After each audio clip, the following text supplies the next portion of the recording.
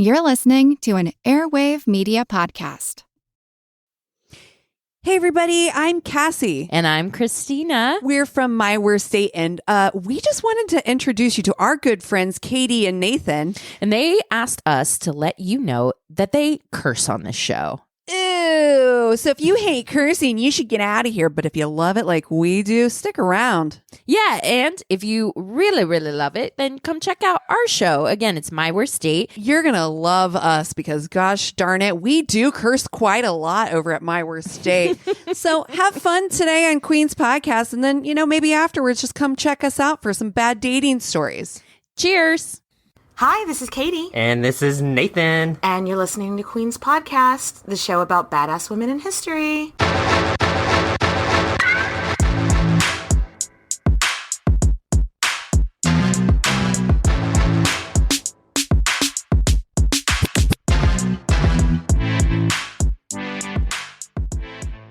Nathan! Katie, I am so excited to do our part 2 of this badass bitch that we've been covering.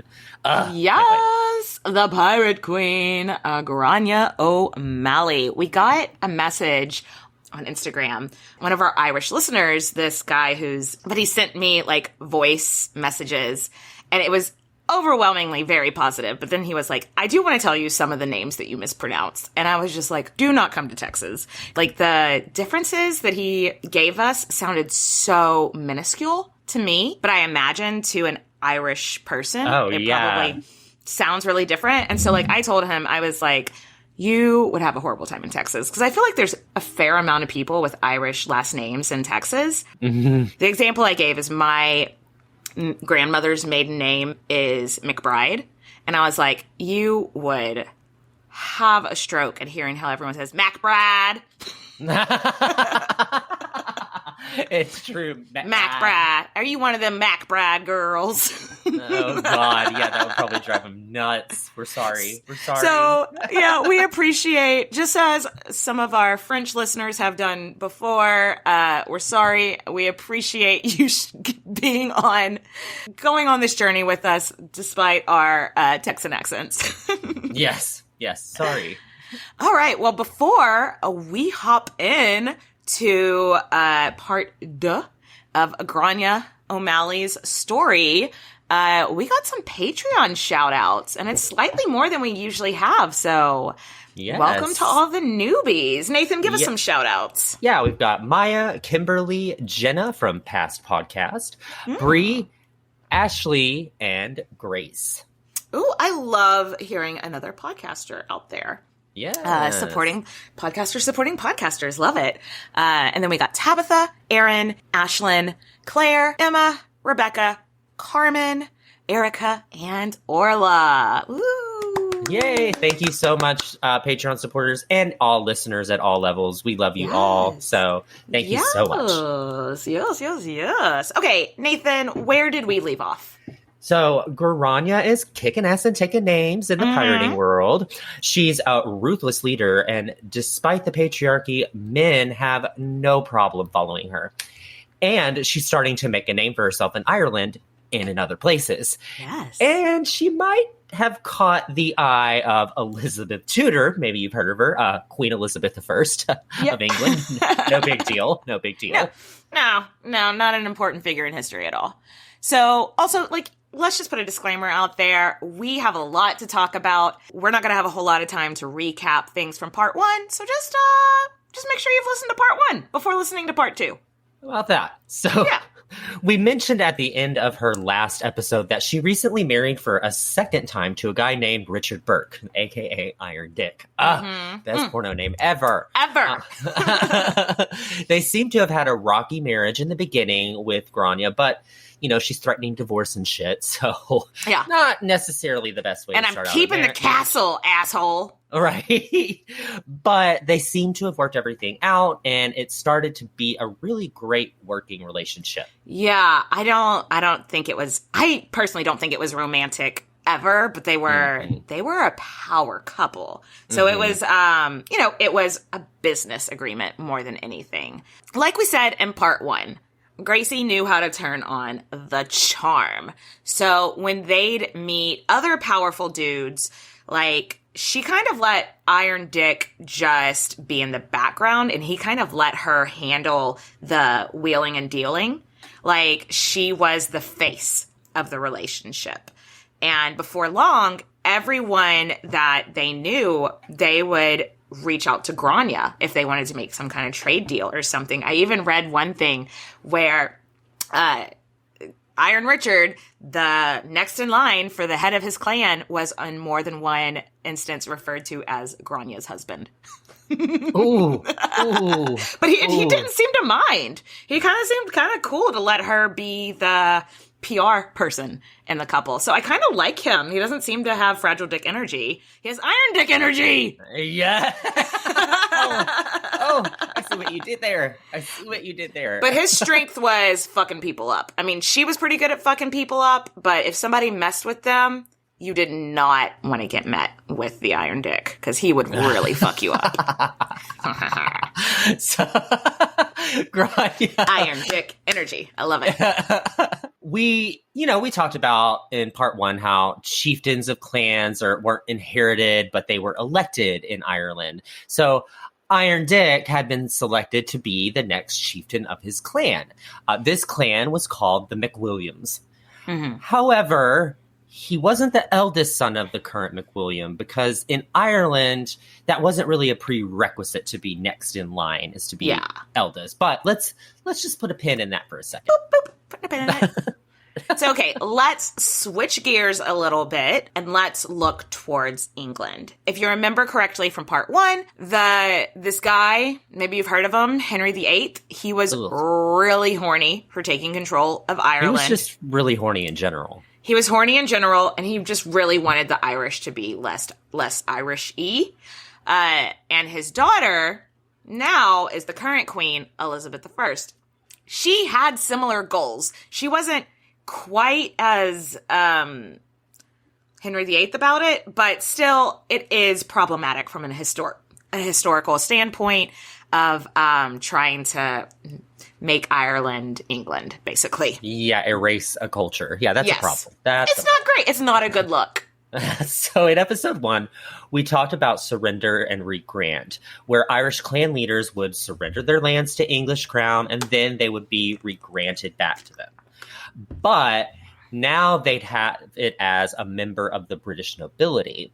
So instead of Chieftain McWilliams, you'd now be Lord McWilliams or Earl of the McWilliams. And you have to say it like that because they're English and they're assholes. So, and I can say that because I'm like 60% English. So don't come at me. Thank you. And because you are a lord. We bought you that lord. The Patreon supporters bought you that lordship last year for your birthday. So what's the problem there? Like, what is the problem there with, okay, so what? They've surrendered their land, but then got it back, but now with an English title. Well, the problem there, you know how we were just saying, in Irish culture, it didn't necessarily go to the son of the former lord or whatever. It was like the person who was voted in. Well, Grainne's husband wasn't the eldest son of the current McWilliams. So though he had been voted in to be the heir. So what you're saying is because they've adopted the English way of things now, they have to give it to the oldest son? Is that right? Yeah. Okay, gotcha. So now they're like, well, your vote doesn't count. It just automatically goes to the oldest son. So we got a problem here because Iron Dick has just lost his inheritance. Not inheritance. He just lost he was elected by the people and just lost his title or what's coming to him. And so do you think Iron Dick's going to take that sitting down? No. Do you think Grainne's going to take that sitting down? No. And hard no. Okay. So they obviously have a problem with this. But there's this English guy that was Elizabeth's minister in Ireland. His name is Henry Sidney. So Grainne calls up Sidney and is like, hey, let's talk. Come over to my neck of the woods. I want to show you my shed. Let's have a drink. Let's chit chat. Booze. Yeah, we can work this out. See? She was very personable. She knew which way the wind was blowing. She kept her ear to the ground. So she was like, I got to make friends with this guy if I want my family to be where I think my family needs to be. Yeah. He goes to Galway, which we mentioned in the last episode was like the major trading town of the area, and checks out her ships. And he's like, this is impressive. He was also impressed that she was a woman, that every man on those ships did whatever the fuck she said. He was like, well, this is impressive. And the story goes is that she's like, yeah, well, when someone's my friend, I'm always willing to help them and give them a ship or two and give them a soldier or a couple of dozen. When someone's my friend, when they scratch my back, I scratch theirs. So you help me and my husband keep my husband's shit like where it's supposed to go, and I'll help you wherever you need. Ah, she's very political. That's She is a very, very good political move. Yeah. So Sydney is writing to Elizabeth in England about this. Like, Yeah. hey, this pirate queen is willing to play ball with us. She knows these waters. She's got friends in Spain and Scotland. She's rich. She's influential. She could be a very valuable friend. So it's possible at this time, Queen Elizabeth is like, friends with a pirate queen? Okay.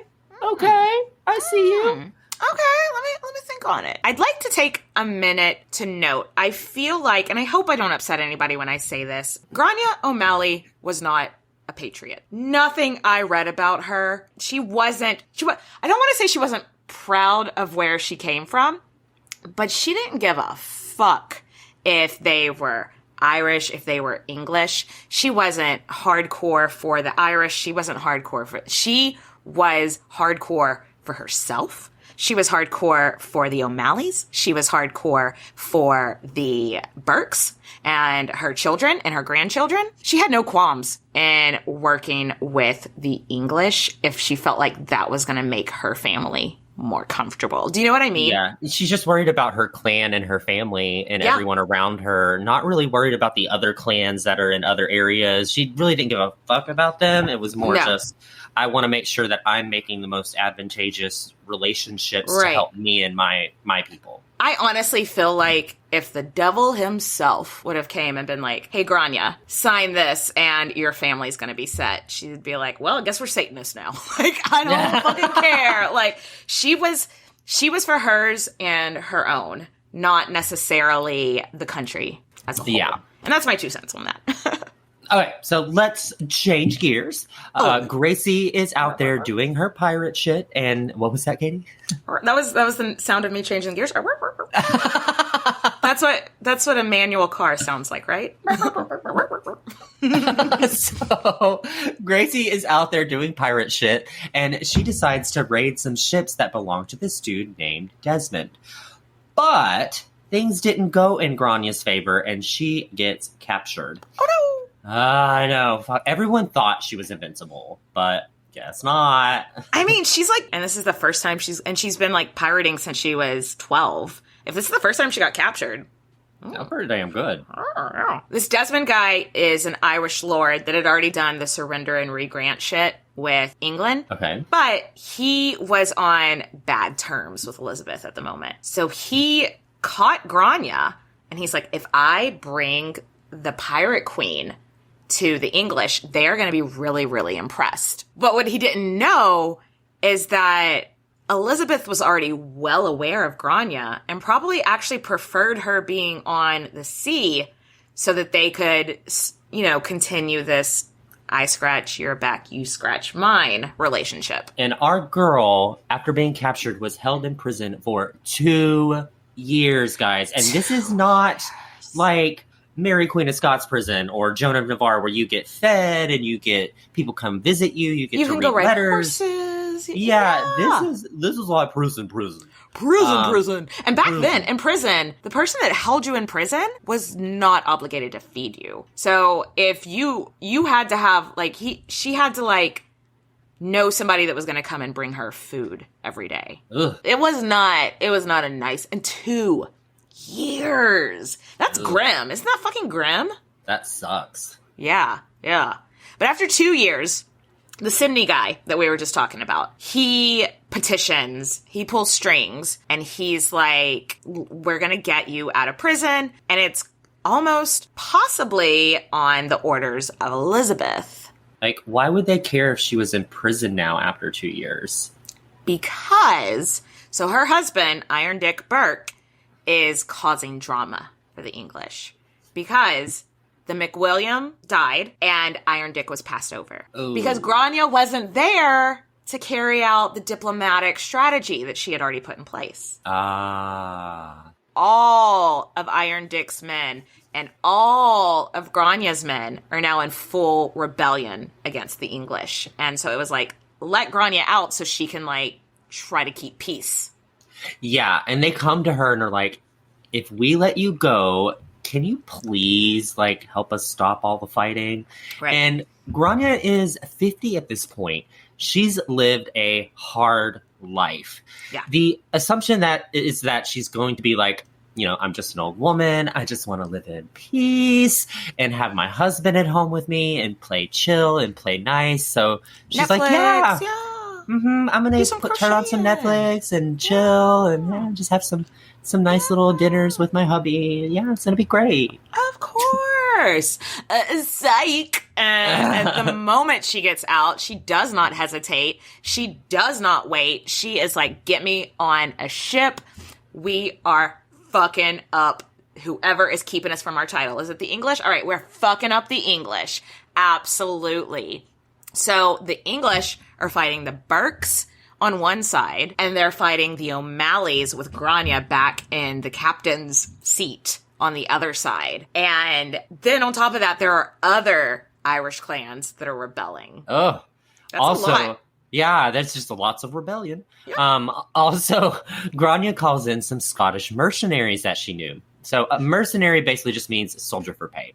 Yeah. In Game of Thrones, they called them sellswords. So we always love a good Game of Thrones We do. reference. Yes. Typically, mercenaries are like, yeah, we really don't care who wins. We're just going to fight for the money. You know, whoever's paying us. However, the English haven't been super cash money to the Scottish. So, yeah, they're getting paid, but this is starting to get a bit personal. Right. So finally, the English are like, fine. Fucking fine. We don't care anymore. We don't want to fuck with this anymore. So you can, whatever, Iron Dick, you are now the McWilliam. Like, we don't fucking care. Just stop attacking us. And Iron Dick is made the McWilliam by the Irish tradition, and he is now named Lord Burke in the English nobility. So now our girl is an English lady. Lady Burke. Lady Burke. I'm curtsy. She probably thought was hilarious, though. I know. She's like, what? I mean, whatever. Chieftain, pirate, all-around boss, and a lady on top of that. Thank you. I'm just imagining her, like, back on her ship, like, fighting random people and just being like, oh, you got to curtsy to the lady when you jump on board. Like, just thinking it's fucking hilarious. But I think that's a good time to take a quick break and top off our drinks. And then we'll come back and hear more about our Lady Burke.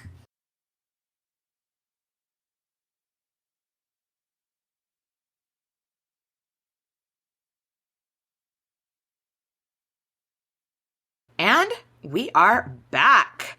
So now, over the next 3 years, Gracie and Dick, they're doing their thing.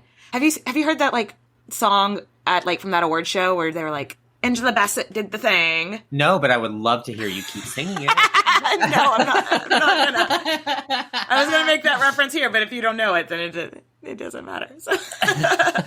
So anyway, now over the next 3 years, Gracie and Dick, they're doing the thing. The thing that they are doing is they're plundering, they're trading, they're doing all their pirate shit, they're doing, like, legit trading and stuff, too.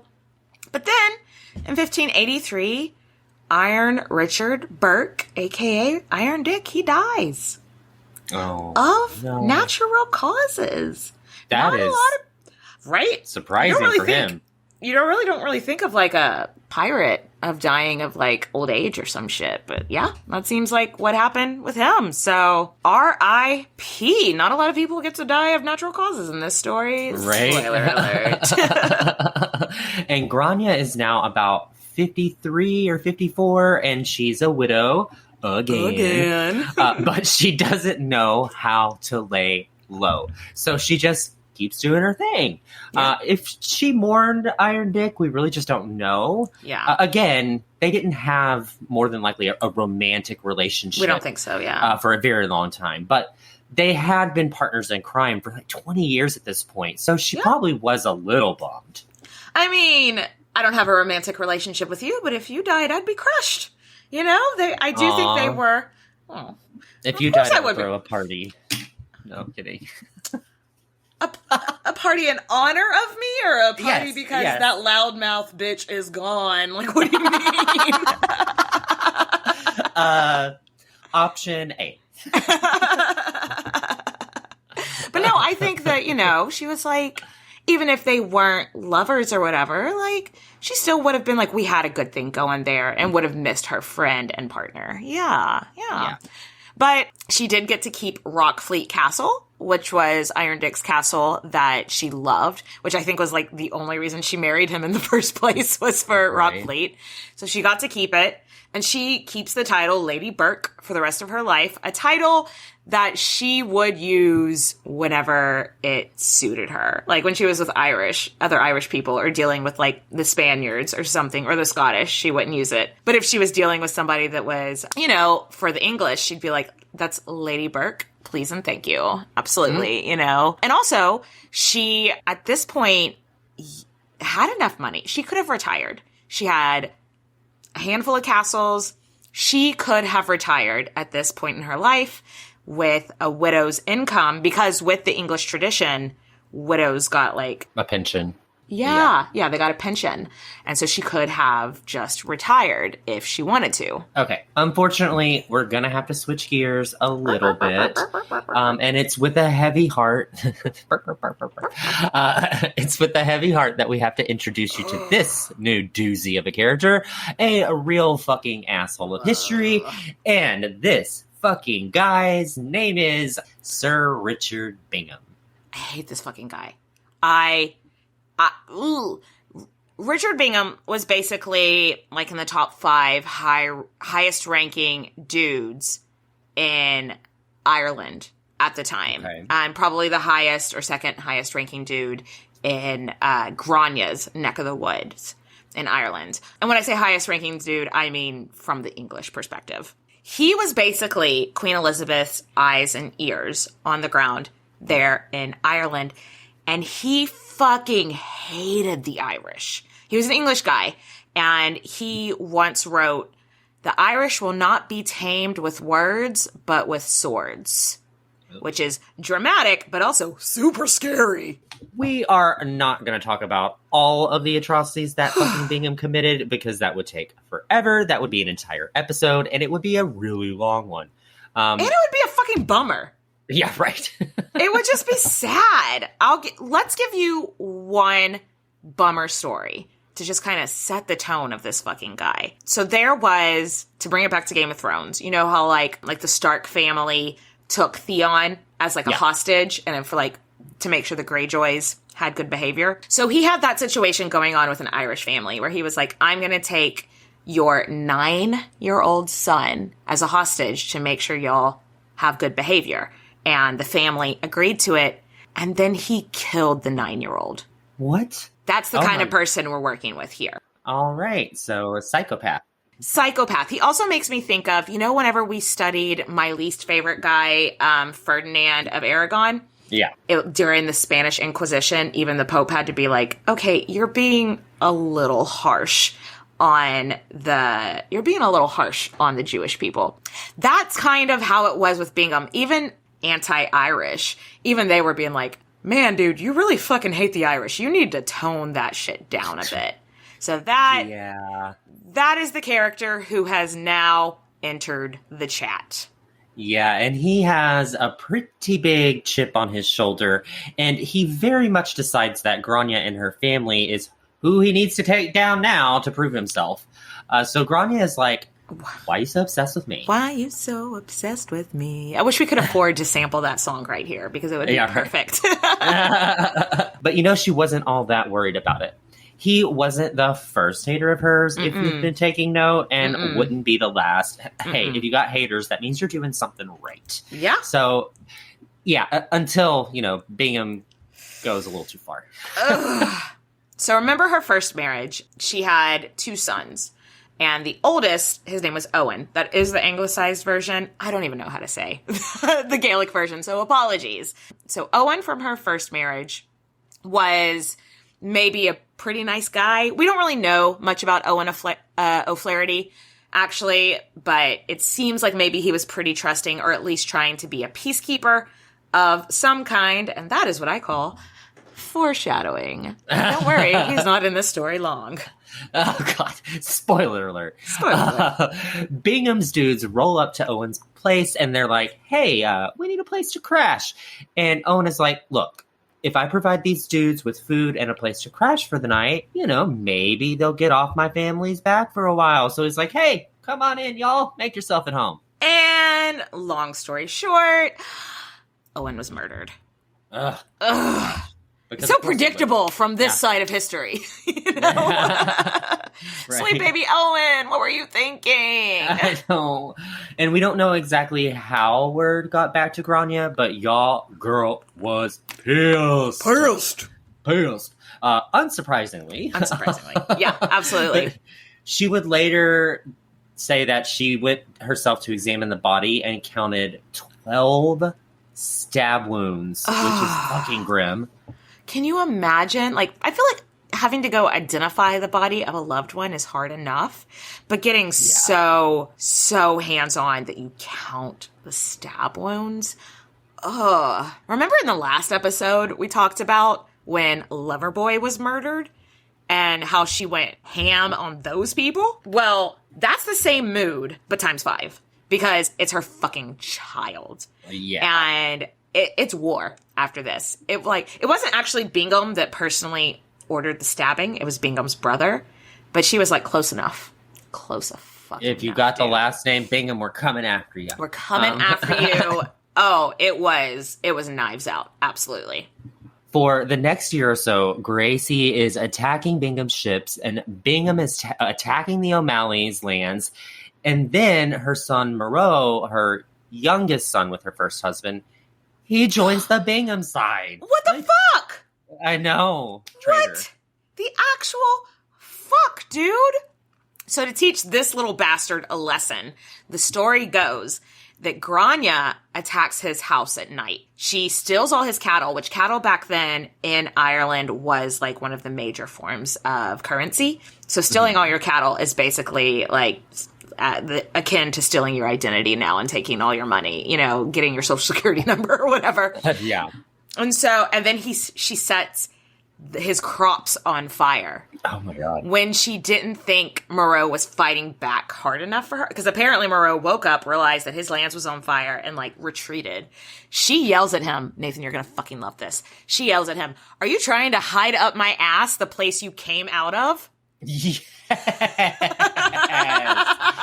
Yes. Which is hilarious and horrifying at the same time. Yeah. I'm just imagining that's so wild. I hope, because just like everything with Grace O'Malley, Grainne O'Malley, everything is with an asterisk because it is kind of all word of mouth storytelling. But I hope that's true. I hope so hard that's true. So this goes on for a year or so, and Grainne starts calling up these Scottish mercenaries again, and she may have also been hitting up her friends that she's been trading with in Spain.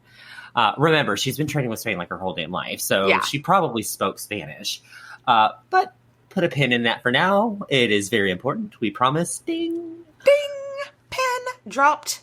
And eventually Bingham calls up Gracie, calls up Grainne, and she's like, look, he's like, I am so fucking tired of fighting. Aren't you tired of fighting? I know you're calling up the Scottish. This is also around the time, not exactly around the time, but a few years-ish of the time when Mary, Queen of Scots had been executed. So England's also got a very wary eye on Scotland as well. And says, like, I know you've been calling up the Scottish to come fight against us. That is straight up treason. But I want a truce. I want a truce. So I want to give you a pardon. Let's put all of this behind us and just come meet up with me. Let's have tea. Let's talk this over. Now, at this point, Bingham's dudes had taken Grainne's youngest son's whole hostage. So Tybalt, or Toby of the ships, that guy, and he... The one that was born during when the pirates were attacking the ship from the last episode. Yes, he just gave birth on fucking boat and just comes out swinging. Yeah. And he's also taken her half-brother Donal of the Pipes hostage. So I think that's the only reason she fell for this shit. Yeah, one son had just literally been murdered. So if the other son is in the custody of the guy that murdered the other son, I think she had blinders on, you know? Yeah. Yeah.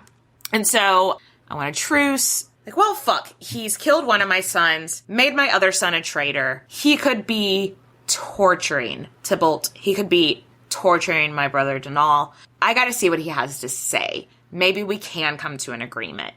But it was a bajillion% a trap. And Grainne was thrown into jail immediately and charged with treason on like 100 different accounts. Oh, Gracie, baby, you should have seen this coming. Yeah, and Grainne was condemned to die by hanging, and sick fucking Bingham taunted her with it constantly. He'd be like, do you hear that banging going on outside? They're building you the galley to hang you from. Ooh. Like, okay, bitch, shut up. Like, what a dick. Yeah, oh, nice day. Wouldn't it be perfect day to hang a traitor? Like, And like, anytime that we spend this much time researching certain figures, I feel like I kind of get into their head. And like, when I was researching that part, I could just almost hear Grainne in my head being like, then fucking do it already. right? Like, shit or get off the pot. Fucking do it already. If you're gonna hang me, just fucking, this is getting old, you know? But one day, and no one knows why, she was pardoned. We've even read dramatic tales of her being walked to the gallows, and then a messenger on a horse rushes in with a letter from Queen Elizabeth, pardoning the Pirate Queen. But we have no idea if that actually happened, but we love the drama of this scenario. That would make such a good movie. Mm-hmm. Why hasn't there been, I feel like we say this all the time, like, why hasn't there been why have there been 700 movies about the wives of Henry VIII and not a Grainne Grace O'Malley movie? Like, It would be genius. Regardless of the reason, she was let go into custody of her son-in-law. Remember from part 1, her son-in-law, the Devil's Hook. Who we think maybe had a big nose or something. Yeah, the English agreed to give her over to him if he promised to keep her in check. Which, okay. I can just imagine the Devil's Hook being like, okay, buddy, I'll do my best. I'll try real hard on that. Like, she's going to start listening now, and she's going to start letting people tell her what to do now? Okay. Think not. Welcome to a part of this story called Katie's Tinfoil Hat Time. I have a theory about why she was suddenly let go, very much against Bingham's wishes, because when she was let go, he was like, what? Like, he was so mad. So earlier in the story, we know Grainne met with that Sydney guy from the English. We know that she was willing to play ball with the English if it benefited her family. Queen Elizabeth of England, in case listeners don't know, she had spies. She had so many spies. We've talked about it on Patreon. Who was that guy that was like her master of spies? Who was like her master of whispers? Do you remember we did a whole episode? Yes. It's been a couple of years.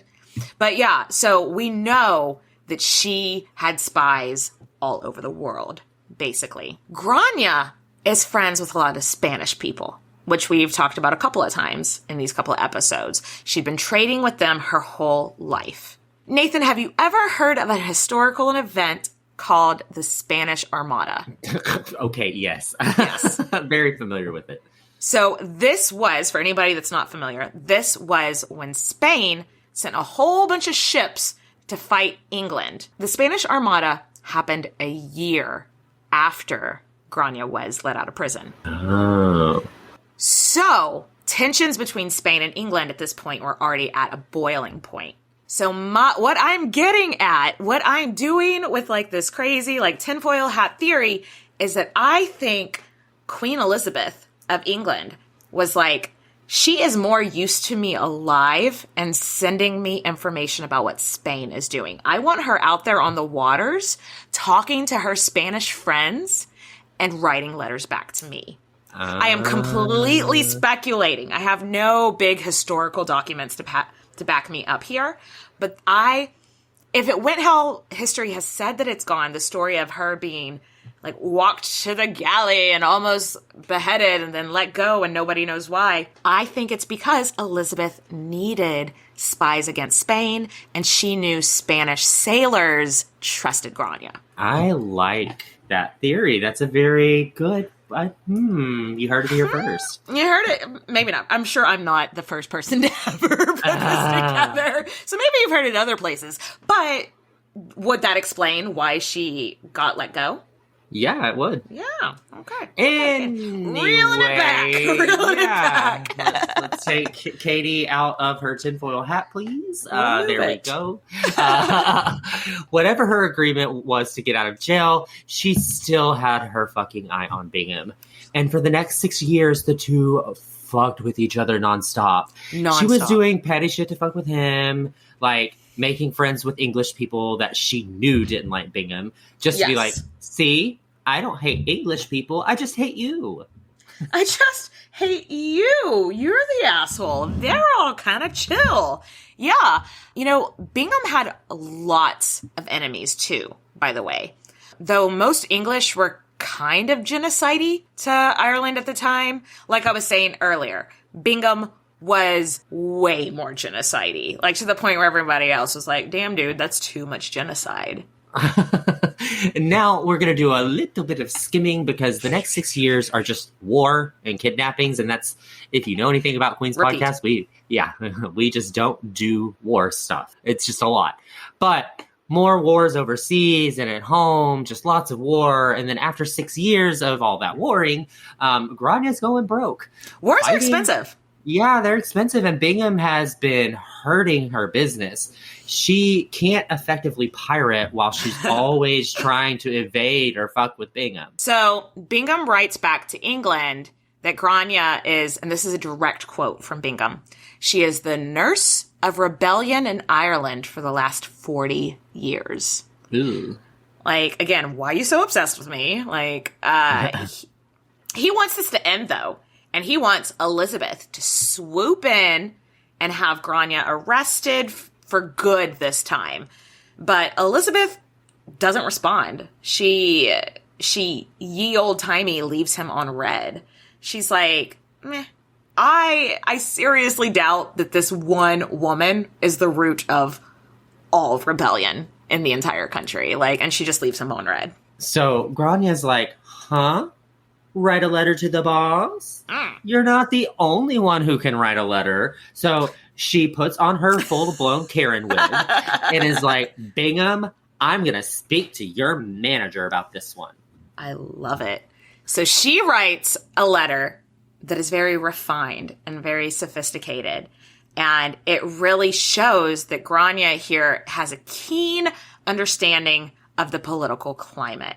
Because I don't think that in her normal day she spoke with sophistication. But she was like, I know it's going to get attention. And she's basically like, this man, this Bingham man that is in your employ, he has been torturing me to no end. He murdered my eldest son. He has my youngest son in custody. He has my middle son, a traitor against me. He won't leave me alone. I don't understand why. I'm just an old lady with a couple of boats. Like, what does he want from me? I think she even says, like, I'm just a farmer. Oh, God. Okay, Karen. Which Elizabeth knows that she's not just a farmer. Yeah. And a twist that no one expected, in 1593, at about 63 years old, Grainne O'Malley, the pirate queen, is invited to England to meet Queen Elizabeth I. So, what? What? Again, another reason that I think they had already been communicating with each other for a while. But anyway, I digress. I'm going to retire my tinfoil hat for now, and I'm going to go top off my drink. And why don't we take a few minutes to hear from our sponsors, and we'll be right back. All right. And we're back. So picture it. 1593, Greenwich Palace, a meeting of the minds. And Grainne O'Malley, the famous pirate queen who was just a few years ago charged with treason against the crown, is now entering the presence of the crown. And Elizabeth's court is sparkly and fashionable and fancy as hell. And Grainne and her dudes would have been, how shall we say, a little rough around the edges. To say the least, yeah. Yeah. Now, there are so many conflicting stories about this meeting that we don't know. Some even speculate that it never actually took place, and that we know that Grainne went to London. But some people are like, maybe she just met with Elizabeth's advisors, but that's no fun. So we are going to tell the story like they did meet, and if you don't like it, listen to some other podcast. So, first of all, when they arrived, they say that Grainne had the sniffles, so one of the fancy men at the Elizabethan court gave her a silk handkerchief to blow her nose. So she blows her nose, and then she throws the handkerchief in the fire because it's covered in snot. It's and infected. Everyone gasps because they're like, oh, that was silk. I wanted that back. And she was like, so much money. You wanted my snot rag back? Why do you blow your nose with silk? That's freaking weird. Right? Which, to her point, I've always thought handkerchiefs were a fucking weird concept. But I also live in a time when there's disposable snot rags. Kleenex, yeah. Like snot rags. Disposable snot rags, not silk snot rags. Another part of the story is that Grainne didn't bow or curtsy to Elizabeth, which I think it could have been for a couple of reasons and could also be made up. But let's discuss the reasons that she wouldn't have bowed. First of all, she didn't grow up with royalty. Like we've talked about, Ireland was a bunch of different clans, so there was no central royalty. So maybe she just didn't get it. Like she didn't get she'd heard the term queen, but she didn't understand the deference of it. Do you know what I mean? Yeah. Or maybe she was also like, I'm an English lady. I'm Lady Burke. We're both part of the aristocracy. Like, I don't really get why I'm supposed to bow. We're equals. Like, yeah. And some say, well, I don't really believe this one. Some say it's because she was like, well, I'm a queen too, so why should I bow? Which she never really had called herself a pirate queen at that point. Yeah. So, we call her the pirate queen now, and maybe she was referred to that in her lifetime, but I don't think that's something she would have called herself. I could be projecting there, but I don't think she ever would have called herself that. I also think there might be a bit of like, her playing dumb. Like, oh, I don't understand the nobility, just because she didn't want to fucking bow to somebody. Yeah. So supposedly, the conversation that they had, neither of them spoke a common language besides Latin.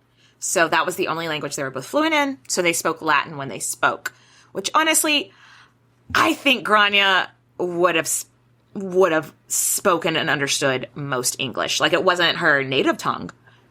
But I think she spoke more English than she let on. Because after all these years trading with and working with the English in Ireland, come on. Yeah. Her biographer, the lady that wrote, like, the most esteemed biography on Grainne is this woman, Anne Chambers. And even she wrote, Grainne spoke and understood English fine. She probably could have done this conversation in English. But because Henry VIII had put that whole thing in place of, like, teach your kids how to speak English or I'll kill you. Like, it was almost like a bit of a rebellious thing to not speak English. But speaking Latin made her look more educated because peasants didn't speak Latin. So that move, I totally get why she did that. Yeah, just like, oh, you think I'm just some bum? You think I'm a hillbilly? Like, I'm gonna speak the language of the scholars. Yes, absolutely. Anyway, Grainne submits her case. She's like, look, we're both powerful women in a world that hates powerful women. I need you to get this dude off my ass. I need him to let my son and brother go. And I need him to give me an allowance because of this fucking guy. I've spent all of my money. I'm broke. And what the actual fuck? Right. And Elizabeth says, okay. Sounds good to me. You've made a lot of good points. I'll tell him to call it off. I'll get you a pardon. You are, after all, the widow. And within English nobility, you come with like a set of respect, like a due amount of respect from that. And you should have a pension. But you have to promise to still give me ships if I need them. And you need to be loyal to the English crown. And again, like we said earlier, Grainne wasn't particularly patriotic. She cared about the O'Malleys. She cared about the Burns. She cared about her kids and her grandkids and her brother. And she cared about the men that she'd been working with for decades for their families. So she's like, yeah, fuck it. If you let me live my life and you pay me good, then God bless the queen, I guess. Only thing she called Grainne out on, and I think this is so funny. After years of Grainne probably murdering people and stealing their money and stealing their land, and after a lifetime of robbing people and working against the English with the Scottish and the Spanish, the only thing Queen Elizabeth called her out on, she was like, you know how you burned your son's lands and like told him to go back up your ass or whatever? That was very unladylike. She was like, that was a bad look. That's embarrassing for women. Don't do that again. That is the only thing. That's great. And again, tinfoil hat Katie moment. I think she went easy on Grainne because she needed the O'Malleys to funnel information back to her. You know? That makes sense. Yeah. So Grainne goes home with a letter from Bingham's boss that says, leave the pirate queen alone. Leave Grainne alone. And let her son go and let her brother go. And seriously, Bingham, just quit being a dick. And she can continue to conduct maintenance, quote unquote, by land and sea, which basically is old timey speak for she can keep doing all that pirating shit that I don't give a fuck. We just don't pirate. I don't care. Yeah. Bingham saw the letter and he just said, no. He was like, I'm not fucking doing any of that. He let Grainne's son go and he let Grainne's brother go. But he did not give her a pension, and he did not get up off her ass. He kept trying to capture her ships. He kept trying to imprison her and her men. He kept being obsessed with her. Bingham was pissed. He was like, you're going to go over my head to my boss? Okay, and then just come home and expect me to be friends with you? I don't think so. And he writes a letter to Queen Elizabeth himself being like, everything she says is a lie. You don't understand. She starts rebellions everywhere she goes. He even says something to the effect of, everything I've ever done, I've done to the best of my ability as a Christian. This man has killed 9-year-olds. This dude has so much blood on his hand. Like, what would Jesus do? Probably not genocide. That's probably a good first step. Elizabeth, though, once again leaves him on red. I get the vibe that she kind of knew all of the drama and controversy surrounding him, so she's just not very impressed with him. Yeah. Not that we think that Elizabeth of England was some kind of merciful saint, She never told people not to murder children, so... but I get the vibe that she thought Bingham was a bad look. I agree. I absolutely agree. So Grainne is like, oh, we're writing letters? Oh, I just wrote a letter. We're writing letters? Okay. I'm going to write a letter to my BFF pen pal, Lizzie. Let's see whose letter gets a response.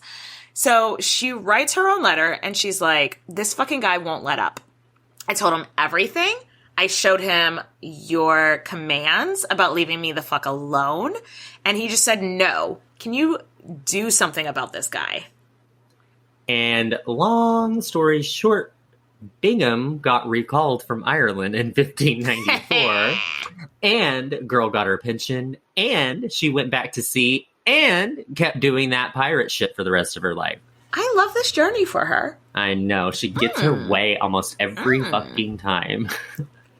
So the last documented sighting of Gráinne O'Malley on sea was in 1597, when she would have been about 67 years old, give or take. 67 back then is a lot older than 67 right now, especially when you take into account the kind of life she lived. Yeah. Like, she'd been in life on the sea is not an easy life. There's a bunch of sun damage that comes with that. There's a bunch of fighting. There's a bunch of, just you're open to the elements, Yeah. So that was 67 back then would kind of be more like 107 now, Yeah, right. given the life that she had lived. But she was nearly 70 and still out there running the pirate game. We're skimming over a lot of stuff that went down in Ireland at this time, like, the 9 Years' War, which was an uprising against England in Ireland. And Gráinne kept her word, gave her ships and soldiers to go fight on the side of the English. Again, this is what she thought was best for her family and the people that, relied on her, not necessarily for all of Ireland. Right? Yeah. Well, because you also have to think about it. Yeah, it was good for her family. But like you said, the people that relied on her. So she now has sailors that are like third generation fighting for her. Mm-hmm. So, their dad's started with her when she was like a teenager. So she's got all these other people relying on her. So I think she's just going with what's going to be best for all these families, not just my family. Do you know what I mean? Yeah. She likely retired in 1597 or soon after that, and then died sometime between 1600 and 1603. Some say she's buried on Clare Island, and others say at Rockfleet. They're really only like 17 miles from each other, and they were her two favorite residences, so no one really knows where she's buried, but it's probably at one of those places. Right. Sooner after her death, she was largely wiped from Irish history. I've read a couple of different reasons why. One, I think some people say because she was a woman and she had power. Honestly, I think it was more probably because she gave ships to the English in Irish rebellions. But either way, she was wiped from Irish history, and for generations and generations, her story has just been carried down by word of mouth about the badass pirate queen who did what the fuck she wanted to whoever the fuck she wanted, when the fuck she wanted, and that's how her story was kept alive. So that is the mostly true, we think, life of Gráinne O'Malley, or more commonly known as Grace O'Malley. They tried to erase her, honey, but this is one woman who will not be erased. So let's raise a fucking glass to the fucking pirate queen, Gráinne O'Malley. Bitches. Cheers, bitches.